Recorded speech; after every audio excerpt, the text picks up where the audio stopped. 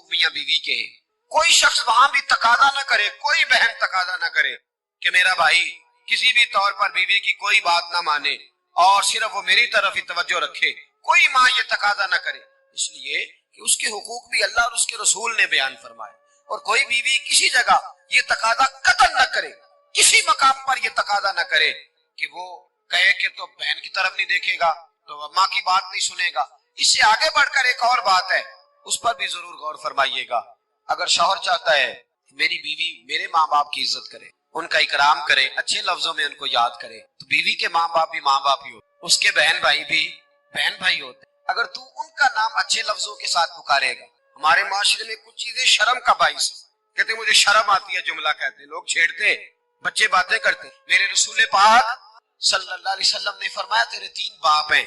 یا رسول اللہ کون سے؟ فرمایا ایک وہ جس نے تجھے جنم دیا, پیدا کیا, جس کی صلب سے تو ہے, اور دوسرا وہ جو تیرا استاد ہے, جو تجھے خیر کی تعلیم دیتا ہے, جس کی وجہ سے تو راہ راست پہ ہے, راہ حق پہ ہے, اور تیسرا فرمایا وہ تیرا باپ ہے جس نے اپنی بیٹی دے کے تجھے بیٹا بنایا ہے. تو اس کے حقوق کا تو نے خیال کرنا. یہ کس طرح کی بات ہوئی کہ تو بیوی سے یہ تو تقاضا کرے کہ میں نے آج آ کے دیکھا ہے کہ میری اماں بیٹھی, تم روٹی نہیں پوچھی, اور جب اس کی اماں آئے تو پھر تیرے طور طریقے بدل جائیں, تیرا سٹائل ہی بدل جائے, تو ان کا نام لے تو تیرے لبوں پر طنزیہ ہنسی ہو یا تیرے جملوں کے اندر سخت پن ہو. ایسا نہیں ہونا چاہیے. انسان کو ہر رشتے کو اس کی جگہ پہ رکھنا چاہیے, ہر رشتے کو اس کا مقام دینا چاہیے, ہر رشتے کو اس کا وقار دینا چاہیے. نبی پاک صلی اللہ علیہ وسلم تشریف فرماتی حضرت عائشہ صدیقہ کہ ایک بوڑھی عورت آ گئی. اس عورت نے جب آ کر کے دروازے پہ دستک دی اور جب وہ بولی نا, اس نے گفتگو کی, اس کے جملے محبوب کے سماعت اقدس سے ٹکرائے. کہتے اللہ کے محبوب جلدی سے اٹھ کے بیٹھ گئے. حضور نے اس بوڑھی کا استقبال کیا اور حضور نے اسے بٹھایا. فرماتی ہر آنے والے مہمان کو حضور بڑی عزت دیتے تھے, بڑا نوازتے تھے, ہر آنے والے مہمان پہ بڑا کرم فرمایا کرتے تھے, لیکن اس خاتون کو زیادہ اعزاز دیا. اللہ کے محبوب علیہ السلام نے اس کے لیے کھانا منگوایا, کھجوریں دی, شہد کے ساتھ تواضع فرمائی. فرماتے وہ بی بی باتیں کرتی تو میں دلچسپی دیکھتا. کچھ مہمان ایسے ہوتے ہیں نا جو آئیں تو بندہ کہتا ہے اللہ کرے اب چلے جائیں نا کسی طریقے, اور کچھ ایسے ہوتے ہیں جن کو بندہ کہتا ہے اتنی بھی جلدی کیا ہے, ذرا ٹھہر جائیے, تھوڑا رک جائیے. دل کرتا ہے کہ وہ ذرا بیٹھے, ان سے کچھ اور بات ہو, کچھ بات اور آگے بڑھے. کس میں ہوتی ہے مہمانوں؟ محبوب پاک صلی اللہ علیہ وسلم نے بہت ہی زیادہ اہمیت دی. حضور محبوب کریم علیہ السلام جب وہ باتیں کرتی تو حضور دلچسپی سے سنتے, ان کے سوالات کے جواب بڑی گہرائی اور گہرائی سے دیتے. حضرت عائشہ صدیقہ فرماتی ہیں دیر کے بعد وہ بوڑھی اٹھی, کہا حضور اب میں چلتی ہوں.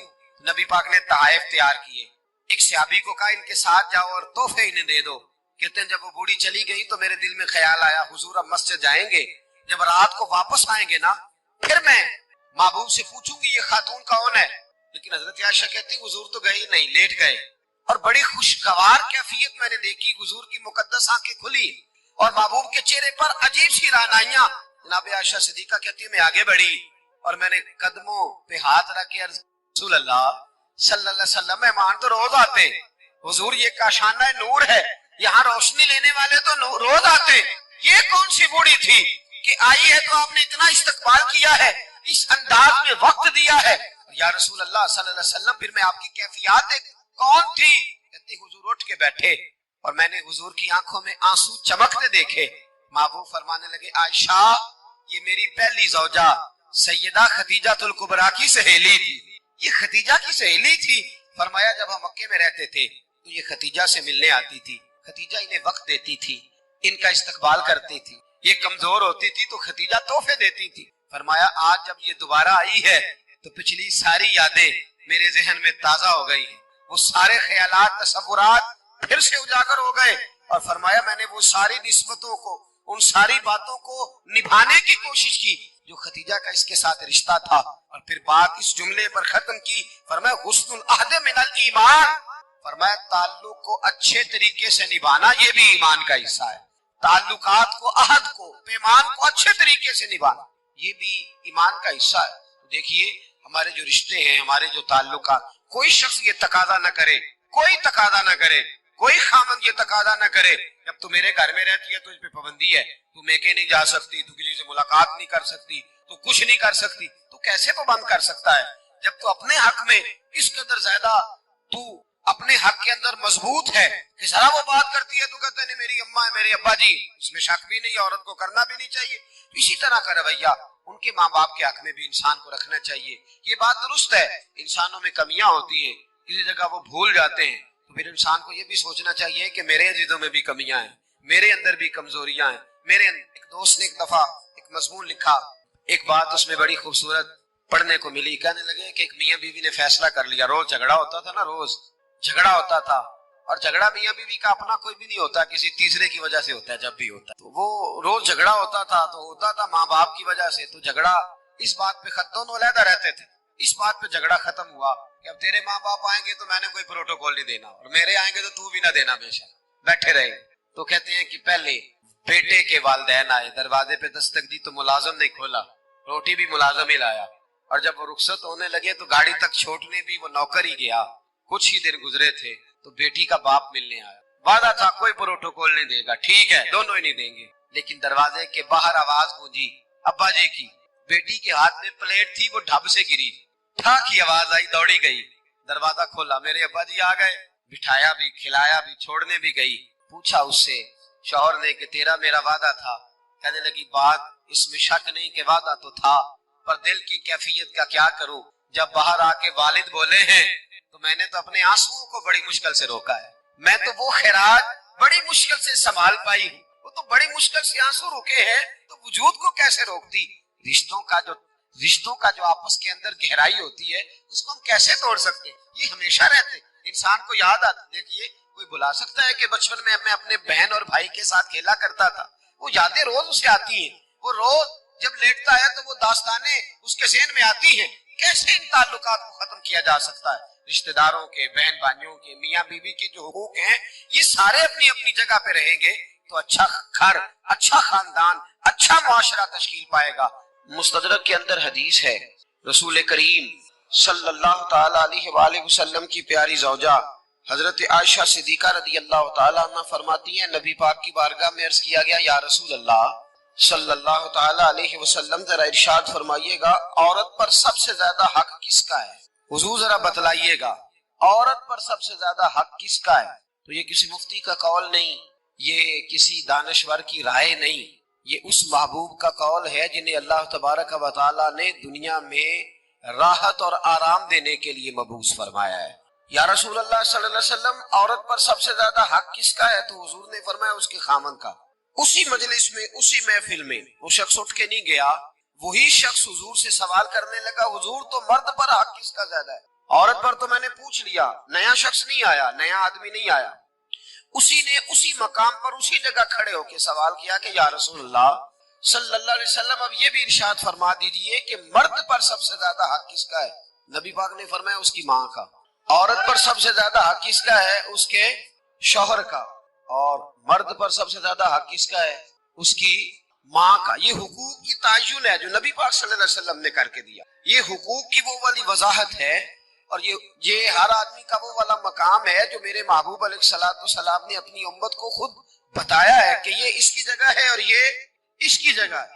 اب یہاں ایک بات اور قابل غور ہے، مرد کی عورت پر بھی حقوق ہیں، عورت کے مرد پر حقوق ہیں.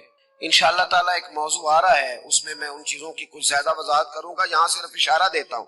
نبی پاک صلی اللہ علیہ وسلم کی خدمت میں ایک عورت حاضر ہوئی، اس نے عرض کی یا رسول اللہ صلی اللہ علیہ وسلم مجھے بتائیے گا مرد کے کیا حقوق ہیں، اگر میں ادا کر سکتی ہوں تو شادی کروں. حضور ذرا بتلائیے گا.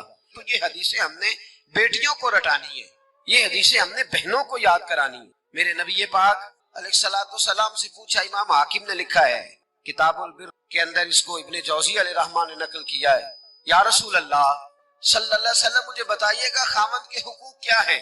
اور خاتون عرض کرتی حضور اگر تو میں ادا کر سکتی ہوئی تو نکاح کروں گی ورنہ نہیں کروں گی. اللہ کے رسول صلی اللہ تعالی علیہ وآلہ وسلم نے ارشاد فرمایا بھئی بات یہ ہے کہ اگر خامند کے جسم سے پیپ نکلے، ریشہ نکلے اور خون نکلے، عورت اپنی زبان سے صاف بھی کرے تو پھر بھی خامند کا حق ادا نہیں ہو. اور نبی پاک صلی اللہ علیہ وسلم نے وضاحت کر دی. کسی جگہ آپ کو نہیں ملے گا کہ اللہ کے محبوب نے فرمایا ہو کہ میں اگر سجدہ جائز ہوتا تو میں لوگوں سے کہتا مجھے کرو، یہ کہیں نہیں فرمایا. حالانکہ امام الانبیاء محبوب اس حدیث میں فرمانے لگے سنو اگر خدا کے علاوہ کسی کو سجدہ جائز ہوتا تو میں عورت کو کہتا کہ اپنے خامد کو سجدہ کرے، میں کہتا عورت کہ وہ اپنے خامد کو سجدہ کرے۔ نبی پاک صلی اللہ علیہ وسلم نے وضاحت کر دی، فرمایا کہ اگر تو یہ والے حق تو ادا کر سکتی ہے تو نکاح کر۔ وہ خاتون بڑی سمجھدار تھی، فوراً بولو ٹھیک ہے لگی، حضور میں نہیں حق ادا کر سکتی لہذا میں نکاح نہیں کروں گی۔ میرے عزیز، عورت کو ذمہ داری سونپی۔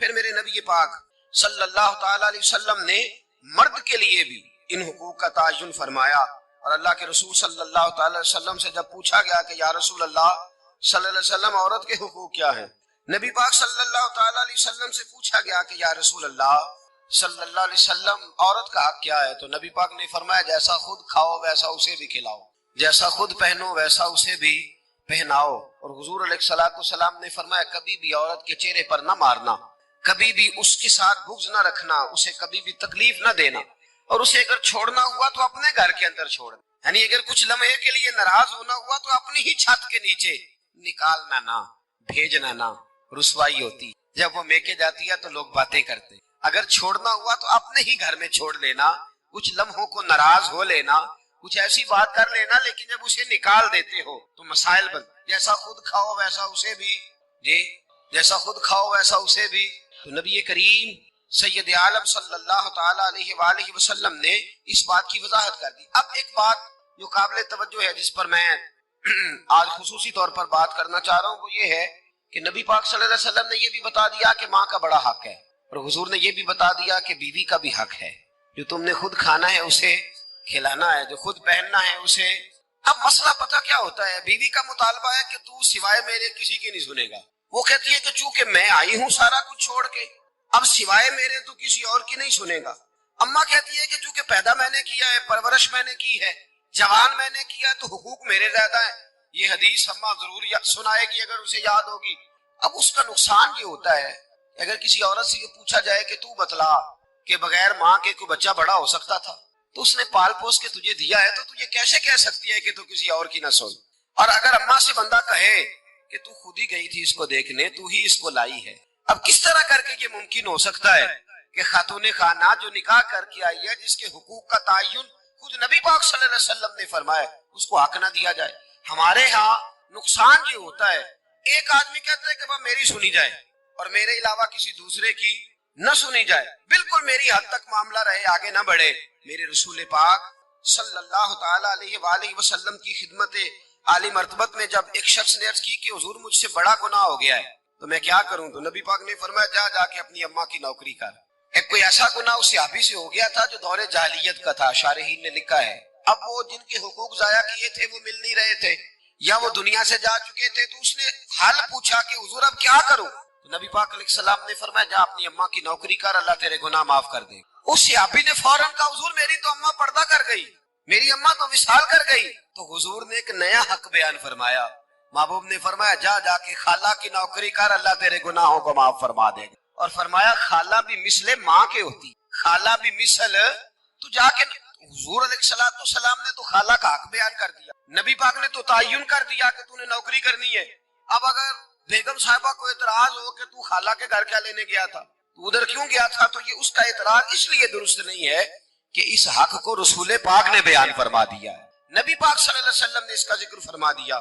میرے رسول پاک سید عالم صلی اللہ علیہ وسلم نے خود ارشاد فرمایا، ترمذی شریف کی حدیث ہے، نبی پاک کے نہ کسی چچا پر کسی نے اعتراض کیا، توجہ ہے میری بات پر؟ اب یہاں وضاحت نہیں ہے کہ وہ مسلمانوں میں سے تھے یا غیر مسلموں سے تھے، لیکن کسی نے حضور کے کسی چچا پر، ہمارا پتہ کیا حال ہے، چاچا تو بڑا دشمن ہوتا ہے نا، تو اس پر تو اعتراض کرے تو ٹھنڈ پڑتی ہے معاذ اللہ، لوگ کہتے ہیں فٹافٹ کر دو جملے اور کہہ دیں، چاچا تو شریک ہوتا ہے، روز ابا بتاتا ہے، اماں روز تبصرہ کرتی ہے کہ بڑا ظالم ہے۔ حضور کے چچا پر کسی نے اعتراض کیا، یہ ترمذی ہے، نبی پاک صلی اللہ علیہ وسلم نے فرمایا خبردار، اگر کسی نے میرے چچا کے بارے میں مجھے اذیت دی تو اس نے مجھے اذیت دی، اور فرمایا تمہیں پتہ نہیں چچا تو اس طرح ہوتا ہے جس طرح باپ ہوتا ہے۔ قرآن مجید فرقان حمید نے میاں بیوی کا جو رشتہ بیان کیا ہے نا، اس رشتے کو آپ سمجھیں جو قرآن پاک نے میاں بیوی کا رشتہ بیان کیا، کہن لباس لکم وانتم لباس لہن، فرمایا بیویاں تمہارا لباس ہے اور تم ان کا لباس ہو، وہ تمہارا لباس ہے اور تم، اللہ اکبر، کیسا خوبصورت لفظ قرآن پاک نے، ہن لباس لکم وانتم لباس لہن، فرمایا وہ تمہارا لباس ہے اور تم سمجھ آ رہی ہے نا جی بات کی؟ وہ تمہارا لباس ہے اور تو ان کا لباس ہو. تین خوبیاں تو ہر لباس میں ہو. تین چیزوں کے لیے لباس پہنا جاتا ہے. تین چیزیں، تین قسم کی آسائشیں لباس میں پائی جاتی ہیں. اس پر تو تمام مفسرین کا اتفاق ہے. سب سے پہلی چیز، لباس جو ہوتا ہے وہ بندے کو گرمی اور سردی سے بچاتا ہے. سخت سردی میں لباس لے لیں تو بندہ سردی سے بچ جاتا ہے. اس کا مطلب یہ ہوا کہ میاں بیوی ایک دوسرے کا لباس ہے. اگر بیوی کی طرف کوئی تکلیف آتی ہے تو میاں اس کو بچاتا ہے، اور اگر میاں کی طرف کوئی تکلیف آتی ہے تو عورت اس کو بچاتی ہے. میاں بیوی ایک دوسرے کا لباس ہے. لباس کیا کرتا ہے؟ لباس آدمی کے عیب چھپاتا ہے. اس کے وجود پر کتنے دھبے ہیں، کتنے نشان ہیں، وہ سارے چھپا لیتا ہے لباس. میاں بیوی ایک دوسرے کے عیب چھپانے والے ہوتے ہیں. عیب بتانے والے، رونا رونے والے نہیں ہوتے کہ بی بی جب بھی میکے گئی اس نے جا کے رونا شروع کر دیا، اتنی میں تانگو دوسرا ہے ہی کوئی نہیں. اور خامد صاحب جب بھی ملے انہوں نے ایک ہی راگ الاپنا شروع کر دیا کہ میری کیا بات تھی، مجھے مل کیا گیا ہے، میں کیا تھا، میرے ساتھ ہوا کیا ہے. تو لباس ہے، ایک دوسرے کا عیب چھپائیں گے. بولیے، ایک دوسرے کا عیب چھپائیں گے، ایک دوسرے کی غلطیوں کی پردہ پوشی کریں گے. اور تیسرا، لباس کا کیا مقصد ہوتا ہے؟ لباس شخصیت کا آئینہ دار ہوتا ہے.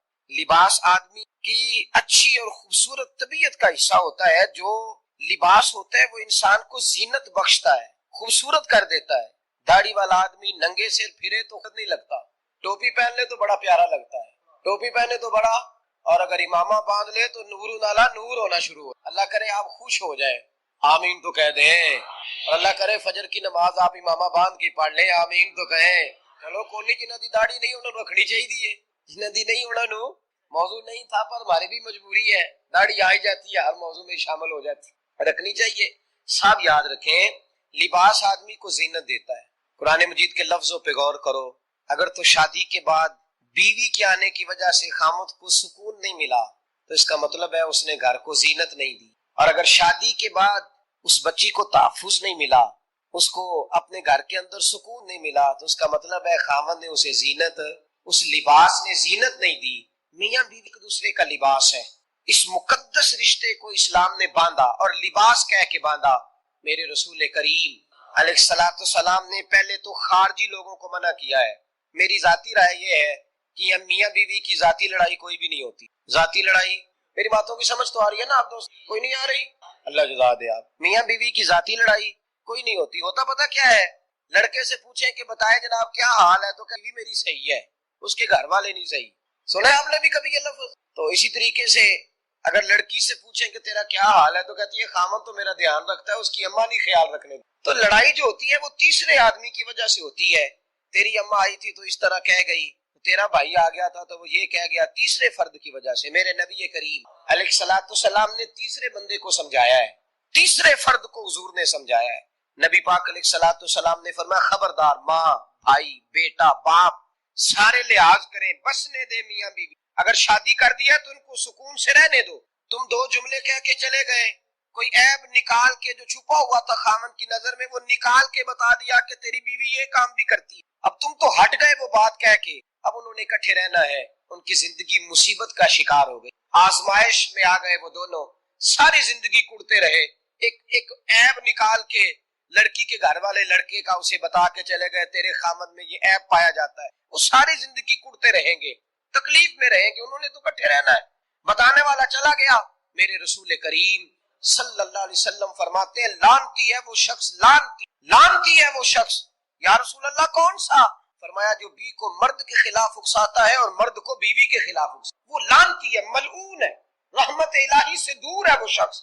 انہیں قریب کرنے کی کوشش کر، تو ان کے اندر محبت پیدا کرنے کی کوشش کر.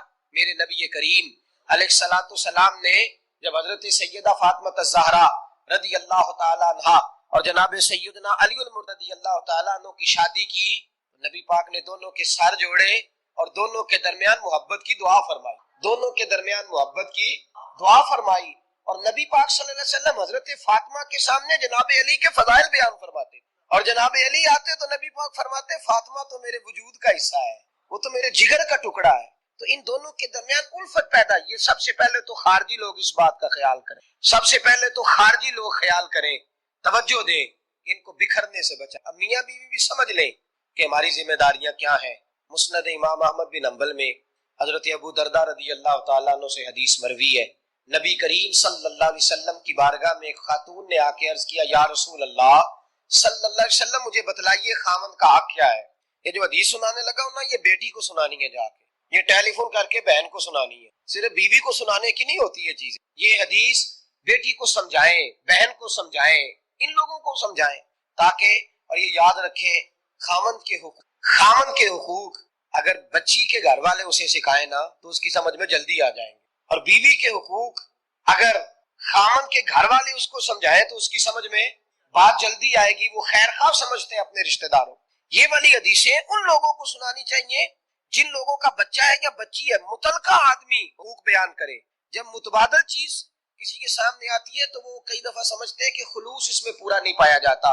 حضرت ابو دردہ رضی اللہ تعالیٰ عنہ فرماتے ہیں، ایک خاتون حضور کی بارگاہ میں آئی، عرض کرنے لگی، یا رسول اللہ صلی اللہ علیہ وسلم میں نکاح کرنا چاہتی ہوں، شادی کرنا چاہتی ہوں، مجھے بتلائیے خامن کا حق کیا ہے؟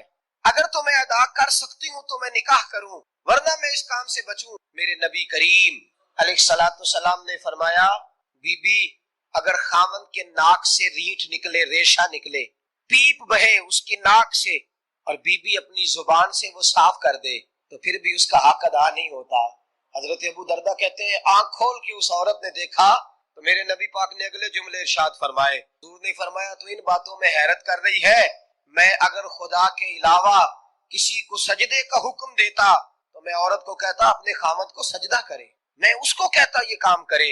میرے رسول کریم علیہ الصلوۃ والسلام نے حقوق کا تعین فرمایا۔